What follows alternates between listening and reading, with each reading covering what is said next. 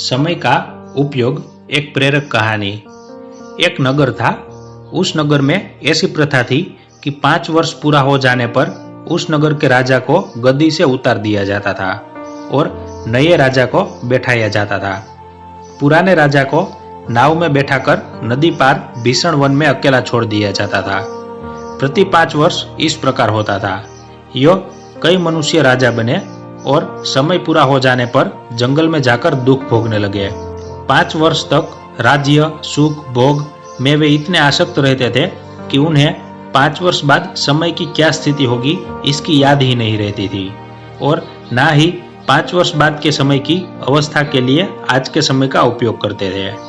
एक बार इसी नियमानुसार एक मनुष्य को राजगद्दी मिली। वो बहुत बुद्धिमान था। उसने गद्दी पर बैठते ही पूछा, ये कितने दिनों के लिए है? कर्मचारियों ने बताया 5 वर्ष के लिए। उसने पूछा, फिर क्या होगा? उसको बताया गया कि 5 वर्ष पूरा होने के बाद आपसे ये राज्य सत्ता छीन ली जाएगी। आपकी सारी संपत्ति यहाँ तक कि वस्त्र भी उतार लिए जाएंगे। केवल एक धोती पहने आपको एक नदी के उस पार बिहड़ वन में अकेले जाना पड़ेगा। नाव वाले आपको वहां उतार कर लौट आएंगे। यही यहाँ की सनातन प्रथा है। ये सुनकर उसने सोचा कि 5 वर्ष तो बहुत है, मैं इस समय का उपयोग करूंगा। इतने समय में तो सब कुछ किया जा सकता है। उसने राज्य का भार हाथ में लिया और सावधानी तथा ईमानदारी से न्यायपूर्वक वह प्रजापालन करने लगा। पर 5 वर्ष की अवधि को नहीं भूला और साथ ही उसने इस समय का उपयोग किया। उसने अपने व्यक्तिगत सुखों की कुछ भी परवाह नहीं की। नाच, मुजरे, अभिनंदन, सम्मान, मौज शौक, खेल तमाशे आदि सब समय का दुरुपयोग करने वाले व्यर्थ के कार्य सब बंद कर दिए और ये आदेश दे दिया कि नदी पार का जंगल काटकर वहां बस्ती बसाई जाए, नगर बनाया जाए।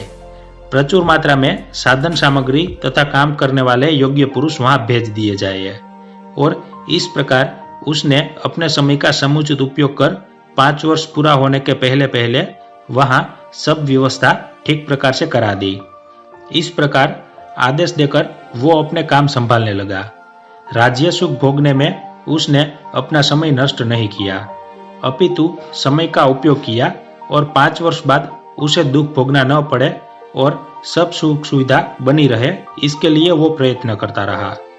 5 वर्ष की अवधि में वहां जंगल की जगह एक छोटा सा सुंदर शहर बस गया। सब सामग्रियां वहां सुलभ हो गई। 5 वर्ष पूरा हो जाने के बाद उसको गद्दी पर से उतार दिया गया। वह तो हंस रहा था। उसको किसी बात की चिंता न थी। जब नदी पार जाने लगे तो नाविकों ने पूछा, और वर्ष तो जो लोग जाते थे सभी रोते थे, आप कैसे हंस रहे हैं? उसने कहा, भाई, वे लोग 5 वर्ष तक राज्य सुख भोगते रहे, मौज मजे करते रहे, विषयानंद में निमग्न रहे। उन्होंने भविष्य की स्थिति का विचार न करा और ना ही उन्होंने समय का सदुपयोग किया। हमको ये देव दुर्लभ मानव शरीर एक नियत समय के लिए ही मिला है। नियत समय पूरा होने पर ये हमसे छीन लिया जाएगा और इसके सारे साथ सामान भी यहीं छूट जाएंगे। जब तक जीवन का ये नियत काल पूरा न हो जाए तब तक मानव जीवन का पूरा लाभ उठा लेना चाहिए।